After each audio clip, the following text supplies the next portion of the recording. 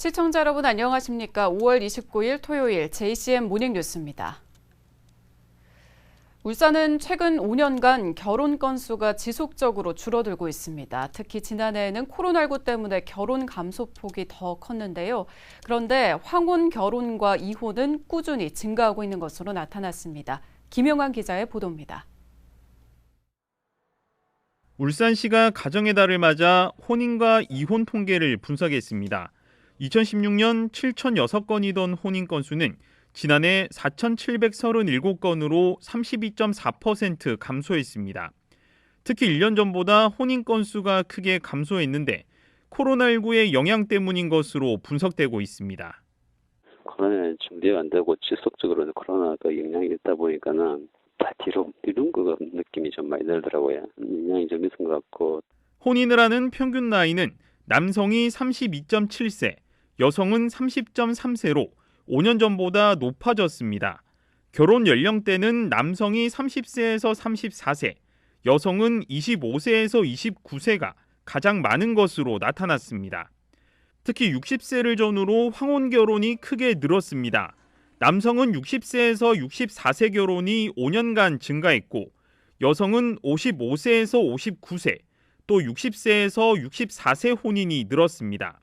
이혼 역시 황혼 이혼이 크게 늘었습니다. 남성의 경우 65세 이상이 2016년에 비해 89.2% 증가했고 60세에서 64세가 84%로 뒤를 이었습니다. 여성 역시 60세에서 64세가 5년 전보다 무려 128.4%가 늘었고 65세 이상이 119.4% 증가했습니다. 서로가 이제 안 맞으면은 참고 사는 것보다는 마음 편하게 이혼하는 그런 추세가 좀 늘어나는 것 같고. 한편 울산은 2018년까지는 이혼 건수가 증가했지만 2019년부터 2년 연속 이혼이 감소한 것으로 나타났습니다. JCN 뉴스 김용환입니다. 현대중공업의 작업 중지 사태가 조만간 정상화될 전망입니다. 국민의힘 원내 부대표인 박성민 국회의원은 안경덕 고용노동부 장관과 가진 통화에서 조만간 작업 중지를 해제하도록 노력하겠다는 답변을 받았다고 밝혔습니다. 박 의원은 지난 8일 산재 사망 사고 이후 18일째 도크 작업이 중단되면서 현대중공업뿐만 아니라 협력업체들의 피해가 누적되고 있다며 울산경제 전체가 직격탄을 맞고 있는 만큼 조속한 사태 해결을 촉구했다고 말했습니다. 이달 말 지정 만료 예정이던 울산 동구를 비롯한 경남 거제와 창원 진해고, 통영, 목포 등 5개 산업위기 대응 특별지역 지정 기간이 2년 연장됐습니다. 연장 기한은 오늘부터 2023년 5월 28일까지 2년입니다. 울산시는 지역 정치권과 함께 관련 부처를 방문해 연장 지정을 건의하는 등 발빠르게 대처한 결과로 평가하고 있습니다. 울산시는 정부의 14개 사업 884억 원 규모의 대책 사업을 건의했으며 월 208시간 근로제 탄력 적용과 퇴직자 고용장려금 지급 등이 이루어질 수 있도록 지속적으로 노력할 계획입니다. 이광현 앵커의 이슈 뉴스 시간입니다. 오늘은 작업 중지 명령이 내려진 현대중공업 관련 내용을 김동현 기자에게 들어봤습니다.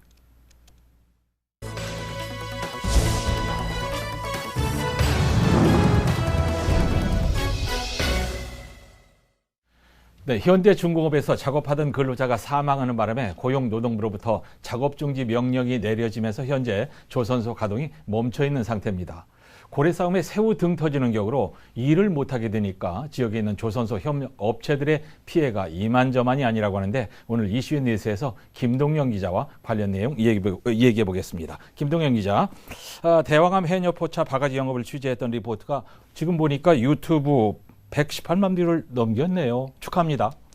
네, 더 열심히 하겠습니다. 예, 열심히 하면 이런 재미있는 일도 생깁니다. 자, 본론으로 들어가서 현대중공업 작업장이 멈춰선 이유를 간략하게 설명해 주세요. 네, 현대중공업에서 작업자가 사망한 건 지난 8일입니다. 원유 운반선 건조 작업에 참여하던 협력업체 소속 40대 노동자가 탱크 내부 용접 작업 중 13m 높이에서 떨어지면서 발생했습니다. 예. 이후에 3일 뒤인 11일부터 5개 작업장에 작업 중지 명령이 내려졌고 그것이 지금까지 이어지고 있습니다. 고용노동부는 작업 중지 명령과 함께 특별 감사를 진행하기도 했는데요. 17일 시작해서 28일 마무리됐습니다. 예, 한 곳도 아니고 5곳의 작업장에 작업 중지 명령이 내려졌는데 5곳이 어떤 곳입니까? 고용부는 사고가 난 구도크를 포함해서 비슷한 작업을 하고 있는 5개 도크에서 고소 작업, 즉 높은 곳에서의 작업을 중지했습니다. 네. 규모가 큰 선박을 만드는 조선소에서 고소 작업이 필수적인 만큼 사실상 조선소 가동 중지 명령과 같습니다. 현대중공업 해양사업부에는 9개 도크가 있는데 이 중에 5개 도크에 작업 중지 명령이 내려졌습니다. 예. 나머지 4개 도크가 특수선을 만들거나 비어있던 작업장인 만큼 상선을 만드는 모든 도크가 멈춰 있다고 보시면 됩니다. 네. 관계자들은 현대중공업 창사 이래 가장 큰 규모의 작업 중지 명령이라고 입을 모으고 있습니다. 예, 고용노동부가 현대중공업에 그야말로 철퇴를 내린 것 같은데 역대 최대 규모라면 생산 못해서 생긴 피해액도 천문학적인 것 같은데 어느 정도인가요? 네, 현대중공업은 작업 중지에 따른 하루 매출 손실을 350억 정도로 보고 있습니다. 이야. 관련 협력사도 하루 10억 원 정도의 매출 손실을 입고 있는 것으로 알려졌습니다. 최근 수주 회복세를 보인 현대중공업은 현재 90척 정도, 90척 정도의 수주 잔량이 남아 있는데요. 네. 작업 중지 장기화로 선박 건조 일정이 늦어지면 지연 보상금의 대외적인 신뢰도 하락 등의 피해로 이어질 것으로 보입니다. 예, 하루의 피해액이 10억 정도라면 이것도 참 예산일이 아닌데 코로나 때문에 지금 다들 어려운 시기를 겪고 있는데 일 못하고 놀고 있는 근로자들의 생계 이게 더 큰 문제 아닙니까? 사실 돈 문제보다 지역에 큰 타격을 줄 수 있는 게 인력 문제입니다. 그러게 말이죠. 5개 도크가 멈추면서 88개 협력사 직원 7,300명 등 10,000명 가까운 인력이 보름 넘게 일을 하지 못하고 있습니다.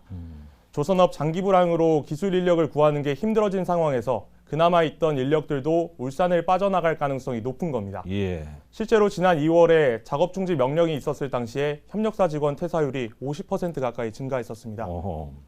처분이 장기화되면 협력사들이 존폐 위기에 놓일 수 있다는 겁니다. 예. 이 때문에 잇따른 수주로 지역 경제 회복을 기대했던 동구 지역에선 우려의 목소리가 나오고 있습니다. 당연히 나오겠죠. 어려운 시기를 현대중공업이 잘 넘기고 지금 이제 회복세를 보이고 있는데 악재 중에 악재를 맞는 것 같아요. 사실 이렇게 큰 영향을 주는 것 치고는 작업 중지 명령이 범위와 기한이 좀 모호하다, 애매하다 이런 지적이 나오던데 이건 무슨 얘기입니까? 네, 맞습니다. 논란이 있습니다. 고용부는 현대중공업 작업 중지 사유로 사다리식 통로와 탱크 내 환기, 안전 난간 등을 위험 요인으로 지적했습니다. 이후에 벌어진 조사에선 관련 사항에 대해 뚜렷한 위반 사항은 없었던 것으로 알려졌습니다. 예. 기한에 대한 논란도 있는데요. 비슷한 시기 비슷한 사고가 벌어져 7개 도크가 멈춰섰던 삼성중공업은 작업 중지 명령 6일 만에 사고 도크를 제외하고 중지 명령이 해제됐었습니다. 네. 사실 작업 중지 명령이 고용부 감독관의 주관적인 판단에 따라서 적용된다는 부분에서 형평성 논란이 일 수밖에 없는 상황입니다. 작업장에서 일단 사람이 죽었으니까 그것도 사실 이번 한 번만은 아니란 말입니다. 강하게 경고를 하겠다는 고용노동부의 판단 존중하고요. 피해가 이렇게 자꾸 커지니까 지역에서는 작업 중지 명령을 좀 풀어달라 이런 목소리가 지금 여기저기서 나오고 있죠. 네, 맞습니다. 일단 상공회의소가 26일에 작업 중지 명령 해제를 요청하는 탄원서를 고용부에 제출했습니다. 예. 협력사들의 이탈로 조선산업 기반이 흔들릴 수 있는 만큼 작업 중지 장기화는 피해달라는 취지입니다. 정치권에서도 관심을 기울이고 있는데요. 네. 동구가 지역구인 권명호 국회의원은 과도한 제재로 협력사 피해가 이어져선 안 된다면서 고용부에 면담을 요청한 상태입니다. 예. 이외에도 김기현 국민의힘 원내대표와 박성민 의원 등도 고용부의 관련 내용을 문의하는 등 해결 방안을 논의하고 있는 것으로 알려졌습니다. 좋습니다. 지역 상공계 그리고 지역의 국회의원들이 한 목소리로 정중하게 탄원을 하고 있으니까 고용노동부의 입장이 뭐 예스든 노든 나오겠죠. 당사자인 현대중공업 측은 지금 뭘 하고 있습니까? 일단 작업 중지가 해제되려면 사측이 지적사항을 보완하고 해제 신청을 해야 합니다. 현대중공업은 27일에 고용부에 작업 중지 명령 해제를 요청했습니다. 관련 내용 심의는 다음 주 월요일로 예정이 되어 있는데 이 심의에서 어떤 결과가 나오냐에 따라 관심이 모아질 전망입니다. 예. 이제 다음 주에 나올 심의 결과 좋은 방향으로 나오기를 기대하고요. 현대중공업도요. 이번에 철퇴 맞아 봤으니까 현장에서 사고 나지 않게 앞으로 더 잘해야 됩니다. 맞죠? 김동영 기자였습니다. 울산시와 제주도가 문화예술 교류에 적극 협력하기로 했습니다. 송철호 시장은 어제 제주도청을 방문해 원희룡 도지사와 양 도시 간 문화예술 교류와 협력 사업 발굴 방안을 논의했습니다. 또 제주 지역 미술 관계자들과 간담회를 갖고 울산의 문화예술 발전을 위한 다양한 의견을 청취했습니다. 이어 제주 도립미술관과 문화재생공간, 아라리오 뮤지엄 등을 방문했습니다. 울산시는 어제 울산주거, 울산주소갖기 운동본부 구성에 따른 관계기관 회의를 개최했습니다. 회의에서는 운동본부 구성과 주소갖기 운동의 추진 방안 등에 대해 의견을 수렴했습니다. 운동본부는 23개 기관으로 구성되며 다음 달 발대식을 갖고 본격적인 활동에 들어갈 예정입니다. 울산주거, 울산주소갖기 운동은 실제 울산에 거주하지만 전입신고를 하지 않은 미전입자들의 주소 이전을 독려하는 형태로 진행됩니다. 식품표시광고법과 식품위생법을 위반했다가 적발돼 행정처분을 받는 사례가 잇따르고 있습니다. 울산시 행정심판위원회는 판매식품의 표시사항을 준수하지 않아 구청으로부터 영업정지 25일에 해당하는 과징금 처분을 받은 반찬가게 업주 A씨에 대해 영업정지 15일에 해당하는 과징금 처분을 내렸습니다. 또 햄과 김 등 유통기한이 경과된 제품을 보관하다가 적발돼 영업정지 15일에 해당하는 과징금 처분을 받은 식당 업주 B씨에 대해서도 영업정지 10일에 해당하는 과징금으로 처분을 경감했습니다. 행정심판위원회는 최근 비대면 형태의 식품 소비가 증가하는 만큼 철저한 식품 관리를 해줄 것을 당부했습니다. 전월세 임차인들의 권리를 보호하기 위해 오는 6월 1일부터 주택임대차 신고제가 시행됩니다. 신고 대상은 주택임대차보호법상 주택 외에 주거 목적의 건축물을 포함한 보증금 6천만 원 또는 월세 30만 원을 초과해 체결한 계약으로 각 구군청에 신고하면 됩니다. 임대차 신고는 계약의 신규, 변경, 해제 시에 모두 적용되며 계약 당사자 공동신고가 원칙으로 미신고하거나 거짓 신고하는 경우 100만 원 이하의 과태료가 부과됩니다. 동거녀를 잔혹하게 살해한 뒤 시신을 훼손하고 유기한 남성이 1심에서 무기징역을 선고받았습니다. 재판부는 진지한 반성 없이 범행을 부인하고 있고 재범 위험성도 높다며 사회로부터 영구적으로 격리하는 처벌을 내렸습니다. 구현희 기자가 보도합니다. 양산 동거녀 살인사건의 피고인 60대 김모 씨에게 무기징역이 선고됐습니다. 울산지법 1심 재판부는 살인과 사체 손괴, 사체 유기 등의 혐의로 구속 기소된 김 씨에게 무기징역을 선고했습니다. 앞서 검찰은 김 씨에게 사형을 구형했습니다. 재판부는 15년간 사실혼 관계에 있던 피해자를 잔혹하게 살해하고서도 납득하기 어려운 변명으로 범행을 부인하고 있고 재범 가능성도 높다고 말했습니다. 범행 동기가 좋지 않고 범행 후 은폐를 위해 시신을 토막 내 유기하고 불에 태우기까지 한 점에서 엄중한 책임을 물은 사안입니다. 김 씨는 지난해 11월 양산에 있는 자신의 집에서 사실혼 관계인 피해자와 도박빚 등으로 말다툼을 벌이다 흉기로 잔혹하게 살해한 뒤 시신을 훼손한 채 유기하고 불을 지른 혐의로 기소됐습니다. 범행 직후 김 씨는 주점과 노래방 등을 출입했고 심지어 피해자를 찾는 유족들을 희롱하기도 했습니다. 경찰에 체포된 뒤에도 범행을 부인하던 김 씨는 시신을 유기하는 장면이 담긴 CCTV를 내밀자 일부 범행을 인정했지만 살해 혐의는 끝까지 부인했습니다. JCN 뉴스 구현입니다. 제조업 생산과 매출, 신규 수주 등이 호조를 보이면서 울산 지역 6월 제조업 업황지수가 거의 10년 만에 최고치를 경신했습니다. 한국은행 울산본부가 최근 241개 제조업과 비제조업체를 대상으로 실시한 기업 경기 조사 결과 6월 업황 전망 지수는 96을 기록해 전달보다 3포인트 상승했습니다. 이는 2011년 11월 97 이후 거의 10년 만에 최고 수치로 기준치 100에는 못 미치지만 조만간 기준치를 돌파해 긍정적으로 돌아설 것으로 전망됐습니다. 지역 제조업체들은 6월 중 제품 재고는 줄어들고 매출과 생산, 신규 수주, 가동률, 생산 설비 수준 등은 호조를 보일 것으로 예상했습니다.